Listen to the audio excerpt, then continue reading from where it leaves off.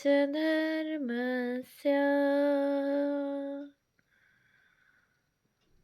सर्वधर्म स्वरूपिणे अवतार वरिष्ठाय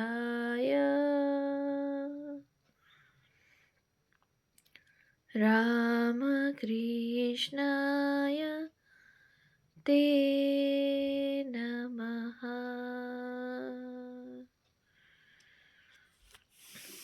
শ্রী শ্রী রামকৃষ্ণ কথামৃত শ্রীম কথিত প্রথম খণ্ড।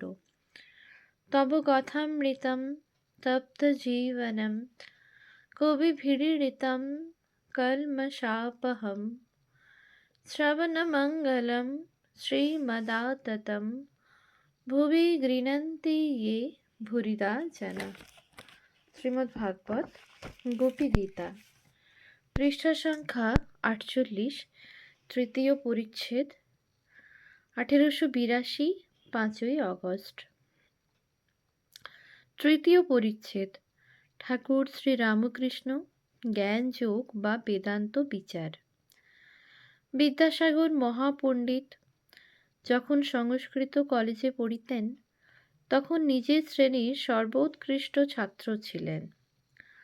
প্রতি পরীক্ষায় প্রথম হইতেন ও স্বর্ণপদকাদি মেডেল বা ছাত্রবৃত্তি পাইতেন।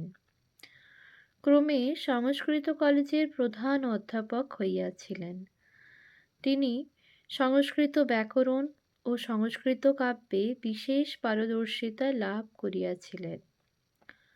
অধ্যবসায় গুণে নিজে চেষ্টা করিয়া ইংরেজি শিখিয়াছিলেন। ধর্ম বিষয়ে বিদ্যাসাগর কাহাকেও শিক্ষা দিতেন না। তিনি দর্শনাদি গ্রন্থ পড়িয়াছিলেন। মাস্টার একদিন জিজ্ঞাসা করিয়াছিলেন, আপনার হিন্দু দর্শন কিরূপ লাগে? তিনি বলিয়াছিলেন, আমার তো বোধ হয় ওরা যা বুঝতে গেছে বুঝাতে পারে নাই।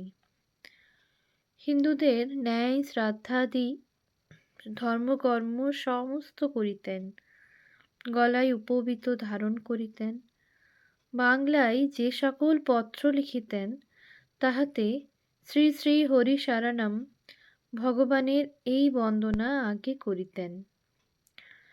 মাস্টার আর একদিন তাহার মুখে শুনিয়াছিলেন তিনি ঈশ্বর সম্বন্ধে কী রূপ ভাবেন। বিদ্যাসাগর বলিয়াছিলেন, তাকে তো জানবার জো নাই, এখন কর্তব্য কি? আমার মতে কর্তব্য আমাদের নিজের এ রূপ হওয়া উচিত যে সকলে যদি সেই রূপ হয় পৃথিবী স্বর্গ হয়ে পড়বে। প্রত্যেকের চেষ্টা করা উচিত যাতে জগতের মঙ্গল হয়। বিদ্যা ও অবিদ্যার কথা কহিতে কহিতে ঠাকুর ব্রহ্মজ্ঞানের কথা কহিতেছেন। বিদ্যাসাগর মহাপণ্ডিত ষড়দর্শন পাঠ করিয়া দেখিয়াছেন, বুঝি ঈশ্বরের বিষয় কিছুই জানা যায় না। শ্রী রামকৃষ্ণ ব্রহ্ম বিদ্যা ও অবিদ্যার পার, তিনি মায়াতীত। প্রবলেম অফ এভিল, ব্রহ্ম নির্লিপ্ত, জীবেরই সম্বন্ধে দুঃখাদি। এই জগতে বিদ্যামায়া অবিদ্যামায়া দুইই আছে, জ্ঞান ভক্তি আছে, আবার কামিনী কাঞ্চনও আছে, সৎও আছে অসৎও আছে, ভালোও আছে আবার মন্দও আছে। কিন্তু ব্রহ্ম নির্লিপ্ত, ভালো মন্দ জীবের পক্ষে, সৎ অসৎ জীবের পক্ষে, তার ওতে কিছু হয় না। যেমন প্রদীপের সম্মুখে কেউ বা ভাগবত পড়ছে আর কেউ বা জাল করছে, প্রদীপ নির্লিপ্ত। সূর্য শিষ্টের উপর আলো দিচ্ছে, আবার দুষ্টের উপরও দিচ্ছে। যদি বলো দুঃখ পাপ অশান্তি এ সকল তবে কি? তার উত্তর এই যে ও সব জীবের পক্ষে, ব্রহ্ম নির্লিপ্ত। সাপের ভিতর বিষ আছে, অন্যকে কামড়ালে মরে যায়, সাপের কিন্তু কিছু হয় না। ব্রহ্ম অনির্বচনীয়, অব্যপদেশ্যম, দ্য আননোন অ্যান্ড আননোয়েবল। ব্রহ্ম যে কি মুখে বলা যায় না।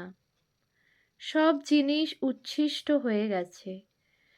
বেদ, পুরাণ, তন্ত্র, স্বরদর্শন সব এঁটো হয়ে গেছে। মুখে পড়া হয়েছে, মুখে উচ্চারণ হয়েছে, তাই এঁটো হয়েছে। কিন্তু একটি জিনিস কেবল উচ্ছিষ্ট হয় নাই, সেই জিনিসটি ব্রহ্ম।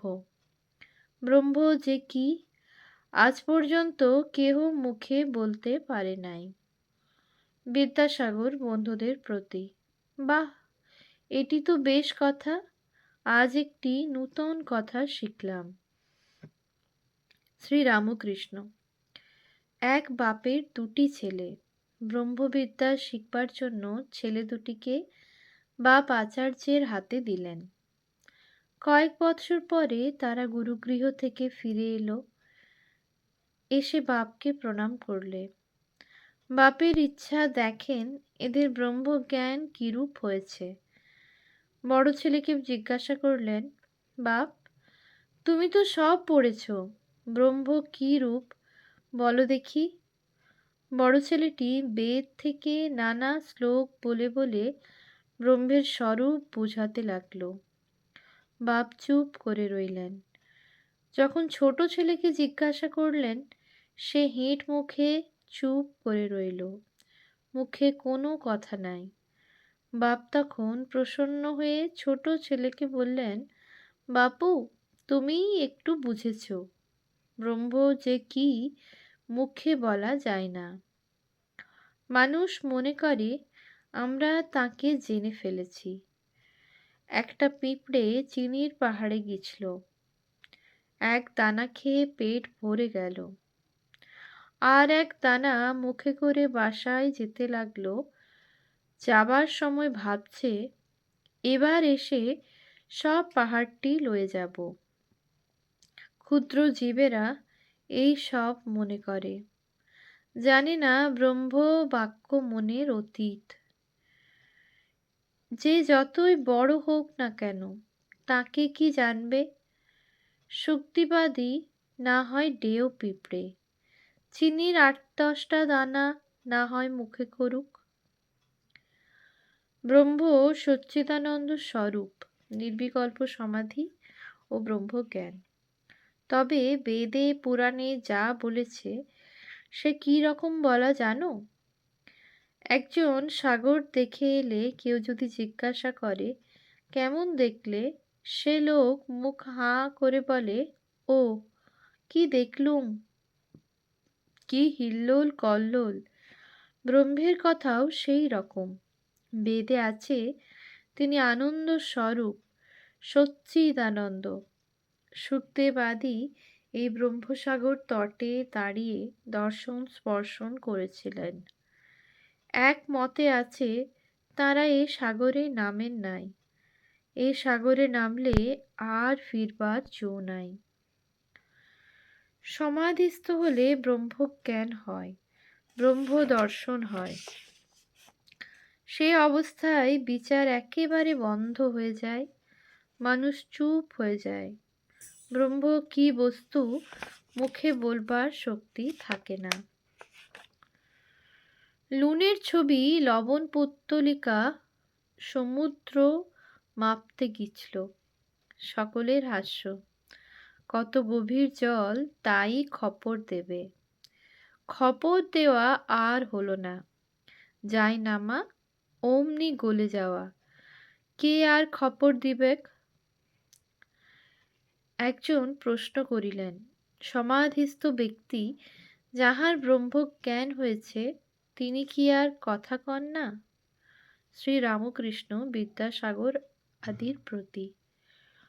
শঙ্করাচার্য লোকশিক্ষার জন্য বিদ্যার আমি রেখেছিলেন।